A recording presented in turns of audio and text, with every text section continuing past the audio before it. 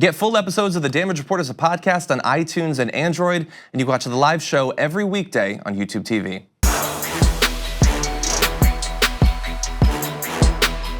Good news for you. I was doing some research on the story that we talked about earlier. Earlier we were talking about life expectancy going down. That's bad news, and it makes you feel bad. But did you know, I uncovered during that research that in one particular area, things have actually been getting a lot better in terms of healthcare outcomes in America over the past few years, and I want to talk about it. It has to do with cancer. A drop in overall cancer mortality rates is pretty amazing. So as of 2015, the cancer death rate for men and women combined had fallen 26% from its peak about 3 decades ago. This decline translates to nearly 2.4 million deaths that were averted over this time period. That is crazy. If you had asked me, so I have lost family members to cancer. I mean, the vast majority of people have because it's so damn common. Same for you as well. I assumed it was literally getting worse every year because you hear about so many people getting cancer, and obviously you hear about a lot of terminal cancer cases as well. But it has apparently been getting better, like 2% better each year, at least in recent years. The rate of new cancer diagnoses has decreased by about 2% per year in men, stayed about the same in women. And so overall, the number of diagnoses is going down slowly. The number of deaths overall has been dropping, thankfully. This is very good news. It seems like the sort of thing that we should know is going on. Yes, and we should take a moment to say good and thank you. And thank you to the medical community, and thank you so much to the people who have donated to certain cancer charities that increase their ability to do research and discovery of new treatments and new approaches. On the Happy Half Hour, we've covered, so my dad died of pancreatic cancer. We covered a story of a 13-year-old who invented an entirely new way to scan for that. Really? So that, or essentially to scan for where the pancreas is, because believe it or not, it's difficult to find because it's so nestled. They call it an angry organ. It essentially is nestled between, so deep inside the body that when you apply the radiation treatment, they frequently miss by a number of millimeters, but you're destroying the healthy tissue around the unhealthy tissue. And a 13-year-old, as a result of a science initiative that was looking to give away a scholarship for someone with the best science program or science project, he discovered and invented a new way to treat it. That's awesome. Let's talk about some of the specific numbers. More good news. Well, this isn't. Tobacco remains by far the leading cause of cancer deaths today, responsible for nearly 3 in 10.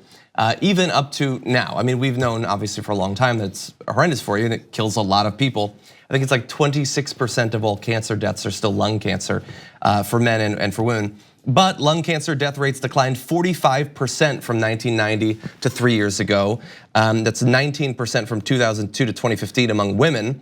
So that's great. The most dangerous kind, at least in terms of the number of people that it kills, going down a lot. Breast cancer death rates declined 39% from 1989 to 2015.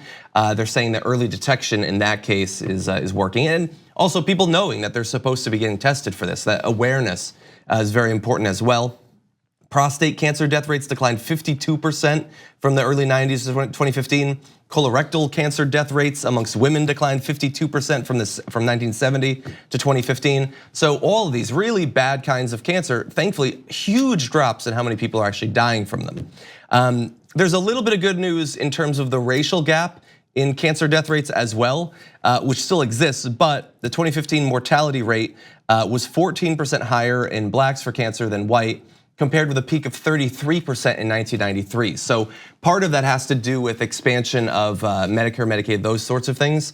And one of the ways that manifests is that the gap is much smaller the older the people are. So older white people, older black people have a smaller gap in their mortality rates. Younger people, when it goes to preventative care and detection that you have to have health insurance and probably kind of good health insurance to be scanned for that, the gaps are a lot wider.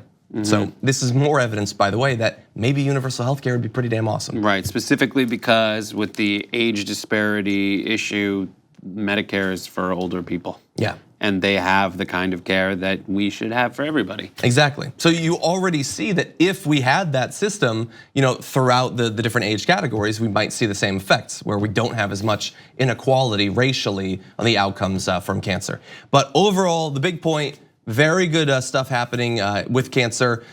That sounds terrible to say, but things are getting better, at least in terms of number of diagnoses, numbers of deaths, as more detection, prevention, treatment, and all of that is being developed. And go get scanned, go do that. I need to do that.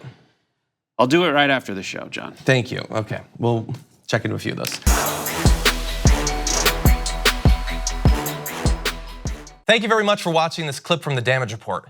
If you liked it, don't forget to subscribe to this channel and ring the bell on YouTube to get notifications of our new videos. And of course, you can catch the full Damage Report live every weekday at 1 p.m. Eastern, 10 a.m. Pacific on TYT Network on YouTube TV.